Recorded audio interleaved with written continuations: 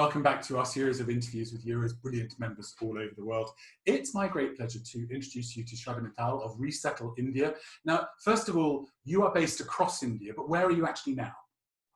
So I'm based, or we're headquartered in New Delhi. That's the capital of India, and that is where most of our operations are as well. Our largest team is also in Delhi, so we service Delhi, Gurgaon, and Noida. And apart from that, we also do our work in Bombay and Hyderabad and some other cities. But those are the three main locations that we tend to service. It's really good to see you. It's been such a long time, and we were just talking before the recording about how things are now in India. Do you just want to talk me through? I know this is very tough right now.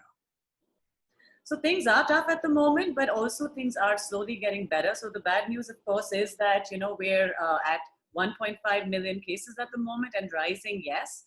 And we're, I think, at about 35,000 deaths. That's the mortality at the moment. But that being said, the numbers in Delhi and in Mumbai, which are the two main, states here at least, they're beginning to flatten out a bit. At least that's what the data suggests over the last few days. And that's not too long a period of time, but maybe there's light at the end of the tunnel. And of course, what's happened is that the Indian government has done a very good job of trying to contain this, because like we were discussing, we're a very densely populated country and we're a lot of people, right? So you need to make sure that it is taken care of, and there are measures put into place. So we went into lockdown very, very quickly and very drastically as well. But maybe it was needed because it gave us enough time to prep for what's happening now. Because like we discussed, Tom, what Europe has been through a few months back is where India is at the moment. So we actually do have a bit of a learning curve to learn from as well. Yeah, that's very interesting, isn't it? Because you can kind of, you can see, the science has moved on so much now, and the data analysis has moved on so much that it is... Absolutely, absolutely. And talking about data, there was this serological survey they did in Delhi. I think the results came out sometime this week, where they tested about 12,000 people in 11 districts of Delhi, and they found that about 23% of the population has developed antibodies, which means we already have 1 in 4 people in Delhi who might have already got it, wow, asymptomatic or symptomatic, which means that maybe we're slowly heading towards herd immunity. And in Bombay, that number is 40%. Wow, is it really? That is so interesting, and this is the kind of data we all need to have. I mean, I know one of our members and our past president also loved Glenn Gunston. She asked her team in Stockholm, because Sweden had such a different approach, would you like to have the serological test? And they all did it, and 50% of them came back as having antibodies, and of that 50%, only half of them had known they'd been sick. So, like you say, those are good numbers moving in the right direction. So that's where I think, yes. How's your team doing? Oh, it's been, I think it's been a bit of a rough ride, because we did have a few people who did get the COVID-19 virus, and but everyone's doing well and fine at the moment. I think our employees in Bombay were pretty much stuck into the house, and we did not open our office there for the longest time, and we still continue to work from home because everyone back home in India has older parents you live with or young children. So it's hard to kind of ask them to come into work and expose the people back home. But that being said, Bombay has been under a very, very strict lockdown, and now things are slowly beginning to open up, and as we speak, in fact, India is moving into its unlock 3 phase, which is, I think, starting on the 1st. So there are fewer, the restrictions have been kind of eased out a little bit more. But that being said, we're still not letting, we're still saying no to a lot of public gatherings. The metro is not being opened up. Cinema halls are not being opened up. So movie halls are not open yet. So we're still asked to be careful. The government is saying, do the social distancing, keep those, people above 65 and under 10 years of age are advised not to step out. And I think it's kind of a new way of life. So what we've learned in the past few months is that it's not just about going through it right now, but maybe adapting to something new, because this might be here to stay for a while, which means you got to take a step back and say, okay, where are we? What do we want to do? What has the experiences of the last few months taught us? And how do we want to use that to, I guess, remain relevant in the future? That's really interesting, isn't it? Because again, every country's approached this in such different ways. I mean, from your perspective, did you expect the population, the people of India, to obey the lockdown in such a cool way? I mean, people seem to have been really taking it seriously. I mean, I agree with you. It was kind of surprising as well, but the lockdown was adhered to. It was extremely strict lockdown. To step outside the house, you needed a police permission, and they would check that if you were on the roads. So it was a fairly strict lockdown, which meant that we had to pacify each of our clients in each of these locations, saying that do not worry, essential services will not be stopped. We are here to make those delivery. We got passes made for ourselves so that, deliveries could happen from our, the team that does the, the tenancy management and that does the relocation, the settling in services. So we were working, but of course you're also working with a little bit of fear in mind because there's a virus that's across. So it's about, taking care of your employees, not asking them to do something you yourself may not be comfortable doing. So it was a lot of things. At the same time, we had to sort of tell our clients that don't worry, we're right here, and we're going to provide all information. The government's doing the best it can at the moment, and we need this lockdown because we can't choke our healthcare facility, right? I mean, we need to ensure that and at that time, I think, we were seeing numbers in Spain rising every day. Those numbers were being splashed at us. So it was a bit scary. And I mean, to give you a few incidents that happened back then, I mean, I think when India kind of went into a very quick, strict lockdown, we had clients that were on spring break and, holidaying outside of India.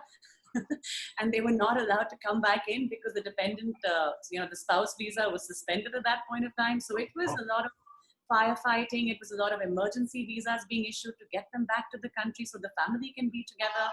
It was a tough time. It was a big learning time. Yeah. I mean, that's the kind of, I've said it before in these interviews, but I mean, never before really has the value of what you do been so obvious. I mean, what an awful situation to be in. You find yourself on vacation, hopefully in a beautiful hotel by a beach, and then bang, your whole life is upside down. And you don't. Absolutely. So we did have clients who, in spite of us telling them that we'll help you with the visas, they said, no, we're not okay with this. We're going to fly back to our home country. And we think at some point we can come. So we've actually had to do a repatriation without the family being here, where we go into their homes and we're packing up their, household items and shipping it to their. So it's been a very, I don't think you go through these experiences under any normal circumstances, right? The amount it teaches you on how to deal with it. And I mean, at the end of the day, of course, we're relocation specialists, but we're also caregivers, right? So we do what we do because of, we want to ensure that that person coming into our country has the best possible experience and, settles in correctly and is able to enjoy this, this new host country of theirs. So at the same way, we want to make sure we can, provide those departure services with the same amount of care. So it was a bit tough, and it also gave you time to think about how you want to do things. Tell me, did you manage to sort of, have you done like you said, you've got time to look at things that you haven't been able to look at before? How has that worked out for you as a company? Well, yes, we did a lot of things. I think what happened was that, we got this time to speak with a lot of our clients in terms of, what they wanted, how we can, make things better for them in the future, what we can do on our side to mitigate the risk when you're going to be coming into the country next, because we don't know when the vaccine is going to be out. It could be early next year, end of next year, nobody knows. There's ambiguity about that. But at the end of the day, what matters is that, we choose to stay relevant in a manner that is functional and useful to the client, right? So what we done at Resettle is that we launched our own online platform, which is sort of like providing you with city and area guides and telling you which are the expat-friendly neighborhoods and what kind of housing. So it's kind of like a look-see visit you get to do before you come, because right now we've cut out that look-see visit completely, right? I mean, if a family is going to be flying into New Delhi, they're going to fly in and probably want to finish off everything very quickly and get into a home and be safe and secure. So that's been received really, really well. And we launched this last month. And slowly and steadily, like I mentioned to you, Dom, we've seen a trickle of people coming back to India or starting their assignment soon. It's probably just the main assignee who's coming at the moment, and the family will follow end of the year or maybe early next year and move along with the school cycle, because right now schools are shut as well. So there's no point coming in with the family and for that, that child to miss the school year in, back home. So we're working things out. I think what's happening is we're trying to provide support. I mean, virtual has become such a loosely used term, but yes, virtually we're trying. We're doing whatever we can to ensure that you're comfortable with the new place that you're going to come to. It's like I said, it's so important, and what you're doing and keeping an eye on all of that. In terms of things like really practical stuff, you said before we started the recording, what's happening with the immigration authorities? So, I mean, they haven't really opened up their offices, but though what we heard from a few cases, and this is something we've done from our clients, for our clients coming from the US, you can write to the embassy, the Indian consulate, and they will tell you back then if you over there if you're able to apply for the for the employment visa or not. Or that, and that being said, at the moment, only employment visa holders can and long-term business visa holders can travel to India, and not the dependents really. And but there's a bit of ambiguity on this as well, as in if you check with the consulate and you email them and you get an idea, there is a little bit of clarity, but there is no one rule that is being followed. So we still need our immigration offices to open up. We've opened up the air bubbles with France and with the US, but we need the immigration offices to resume activity as well. It's absolutely key, isn't it? I was talking to one of our members who was saying, that the this was in Spain, the immigration offices had for the first time gone online, and that had really helped in the initial phases. But of course, the minute that things started to go back to normal, they shut off the online services. So there's queues and queues and queues. So do you anticipate, I mean, you've got assignments that have just been pushed back, right? Until these things happen. What about the schools? Is there any state-by-state advice about opening?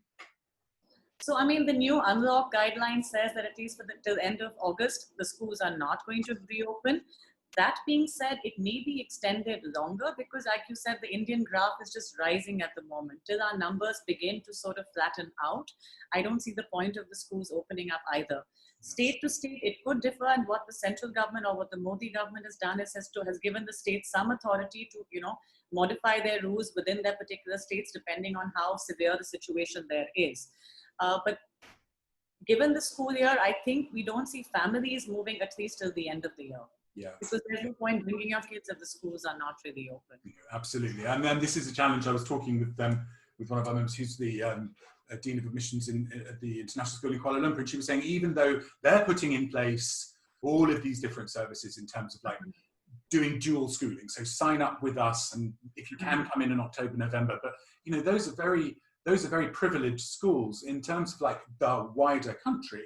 We're all facing this debate about schooling, and that impacts on how people. So, you have to come to India to do online classes with your school. I don't think it's worth it at the moment. Yeah. That's not the cultural immersion you were kind of hoping for, I guess. Not really.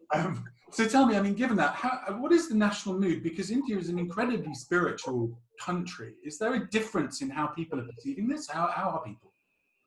I do think we're an optimistic bunch, and I do think that there's this sort of go-getting attitude and that survival of the fittest attitude, and most people who come to India find it very overwhelming, but there is method to all this chaos, very honestly, and I think a lot of spirituality, it does come into play. That being said, I think the economy suffered obviously a lot, and I think people are ready to just get back to work, and from every strata. It's just about sort of how do we go back, how do we earn money again, how do we get the economy back. In the whole issue we had with the migrant labor going back to the villages, we're seeing people come back because factories are opening up. Labor is wanting to come back and earn money again because there's only so many people you needed in farming. So I think things are picking up. Things are, our roads are busy again. We're back to having a few traffic jams in Delhi, which was not there for the last 4 months. So that economic activity is kicking up. It's really interesting that you say that. Again, it's like, lockdown just provided us all with these incredibly surreal images. You did go outside and, London, no one on the streets, and same with you, right? And now the traffic's back. On the streets. I mean, when we were dropping things to our clients' homes, I remember they told us, you can ask your executive to leave it in the guardhouse. So I wrote to my client when he left, I said, I miss visiting your guardhouse. I mean, I haven't seen it in a while. So I mean, it was a very different world. I think, I do think, though I wish there was something that good came out of it as well. I think we've never seen such low pollution levels in Delhi. It's nice to have the kids play outdoors if they could go outdoors, and a little bit we do allow it. But I think it'll be nice to take a few learnings from what the last 4 months has taught us, and take the sustainable side of it and just see what you want to carry forward. Maybe we don't need to go back to exactly how things were. Yeah, I totally agree. I think that, this has been an incredibly weird time for all of us, but if we can get something positive out of it, it won't have been for nothing. So yeah, I agree with you. I mean, yeah, like I said, you have pubs opened up in London. We're waiting for that to happen in Delhi. As of Monday, I think, as of the next 2 days, the night curfew has been lifted. Otherwise, there was a curfew at night and you couldn't step out. So in the next day, the curfew is lifted as well. So maybe things will open up some more. So let's see. It's going to be very gradual, isn't it? But, you know, what would be great is if we could catch up. Where are we now? We're end of July. If we could catch up again, say, the end of September and see how you're doing then, that would be really great. Absolutely. It's been lovely to talk to you. And thank you so much for your insights. And I just, you know, I hope India captured my heart when we were together in Goa. And I really just, you know, I hope that things continue. You know, you're at the top of the curve and now it starts to go down. Let's hope so. And you need to come back again, Dom. We can take you around some more. Fantastic, definitely. Listen, thank you so much. It's lovely to see you. Stay well, stay safe. Send our very best to your teams. And yeah, let's catch up again in a couple of months. That'd be great. Sounds lovely. You stay safe as well. Thanks so much. You too. Lovely to see you. Bye. See you. Bye-bye.